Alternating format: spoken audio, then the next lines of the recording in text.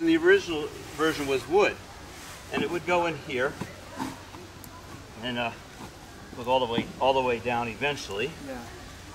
And then you would pull it up with just a piece of rope, not a modern one like this, but you'd pull it up, and oftentimes this would slip out and hit you both places. I have scars everywhere from these things pulling out. Whoa. So we would put tape, masking tape, and all kinds of tricks to keep it in there. And this little screw is for a leash. Eventually we went, so if you popped it out for safety, you had a little piece of rope that went here to keep them connected. Well, they broke right away, but but this board is, the non-skid was almost non-existent. So I was one of the first ones to wear boating shoes, because I came from sailing. So you got better grip that way? Oh yeah, so the sailing shoe you could grip to anything, but the lifestyle kids want to have bare feet, and it's slipping all the time, so I wanted to win. Yeah. So that's a good choice. Anything to win. Yeah. And if we compare to this modern Kona rig, let's look at the rest of this here. You notice it has no full battens. It's what we call a soft sail. Yeah. So the power can move constantly. And this has translated to your arm. So in strong winds, it's very hard. In gusty conditions, it's moving this pocket's moving all the time. It has these little, tiny little battens out here, 3 of them. Yeah. And the cloth is Dacron colored 3.8. But one of the things we're trying to do, I think, in modern times, is to bring this color back, because the best materials aren't color anymore, so we're trying to add color. So let's look at a new one over here. Here's a new one. This is the race sail for today. We're racing here at the World Championship in Sweden. And you see it has full battens to stabilize where the draft is. The mast is much heavier because when you have a harness, if you put a harness on the old one when they came out, it would break the booms and break the mast. So you had to go heavier, especially with the mast, to carry more power. So the boom is a bit shorter, and it's much bigger. It's about 30% bigger. And of course, this clear mylar is much easier. It holds its shape longer. The old cloth would lose its shape pretty quickly, so you want to have a wing shape all the time. So, how would you say, how much easier is sailing with this rig compared to the windsurfer rig? Well, it's funny. I got on one of these after just last year at a regatta, and I had my Kona there, and I got on it, and I could hardly stand on it at first. It was so different. The Kona is so much more flotation and so much easier, so much user-friendly. Yeah. It's narrow, right, and the volume is only about 185. So in the beginning, light guys like me, like I was lighter. When I was doing this, I was 25 pounds lighter, so no problem. Now I understand what the heavy people had a problem with that I didn't when I was light. If you weighed 180 pounds, which is, I don't know, what, 75 kilos or something, this was a real problem. In what way? It would sink, you'd go along. Wow.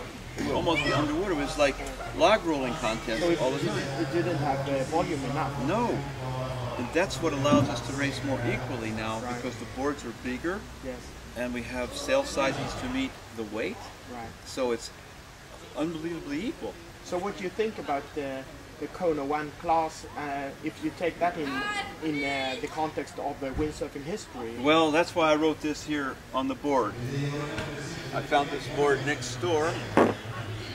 What a lucky chance, it's right next door to the regatta headquarters, sitting in the weeds.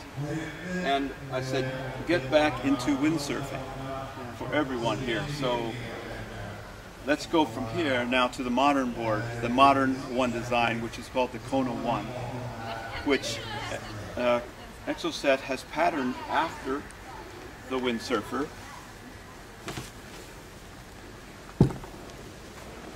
then you go, well, okay, let's look at the differences first. The board is much wider. It has a non-skid deck that's very easy to stand on with your bare feet. It has instead of a dagger board, it just goes up and down. It goes backwards and forwards. This one needs some silicone, but and you can operate it with your foot. You have a bolt-in mast step that unscrews, and you can put it any place you like for your own style of sailing. It has very nice graphics and foot straps. Foot straps. Well, foot straps came along, I think Larry Stanley from Windsurfing Hawaii invented them. Motorcycle. Yeah. The foot straps were invented in about '76 by Larry Stanley at Windsurfing Hawaii, and they were going out and against the surf, and they couldn't stay connected to the board. So that's the original. The first thing, we didn't surf them so much, they jumped them going out over big waves. And they wanted to be in the air attached to this huge board. So, and in the early days they had foot straps lined up everywhere. But eventually the modern board, we know you only need 4. And as a matter of fact, on this board, 90% of the people that buy this board will never use a foot strap. This non-skid is so good, and they're not going to be flying waves, jumping it, this kind of thing. If we then also look at the shape here, this the fin, and the shape is very different. It's not at all straight-sided, and it's very much shaped like a wave surfboard that you would ride without a sail. And actually, going downwind here, even at my age, I have an advantage because I surf on waves, and this board surfs very well. The windsurfer doesn't. It just sogs down. If you step forward a little bit on this and you rock it, it takes off. You just need to know when to catch the wave and to move your weight a little bit. So it's very, very good shape, and it has a step here, so that if someone wants to go really fast, what it does is it gets rid of maybe half a meter of board, and it becomes a semi-short board, which is when you're planing, the less board in the water, the better it is. So this really works. I don't know if for sure that's Patrice's invention or whatever, but it really works. It gurgles when you go to weather. If you heel it over correctly to go fast, to point very high, it gurgles. But I think that's when I know I'm going fastest, is when I hear that little gurgle under there, the step dragging a little bit. But and then you have a big fin compared to that little bitty fin on the windsurfer, so that in very high winds, we take this away, boom, it hides in the box, and and you have doors that close, and you can actually point very high, something like a formula board with just the fin. So it's a little. So thank you so much for sharing with us windsurfing history, and I know that you have promised to introduce one of the young Kona ONE talents for a ride on the windsurfer later on this afternoon.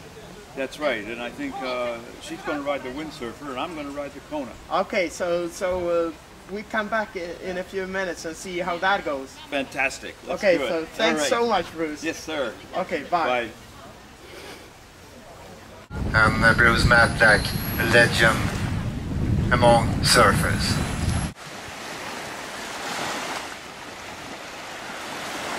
Det där är ett problem som inte är alls utav samma art idag, med tanke på att masterna är så betydligt mycket styvare, betydligt snabbare. Och vad är en snabb mast? Jo, när den är tillräckligt hård och det kommer ett vindskifte så släpper den efter lite grann, men rätt ner över.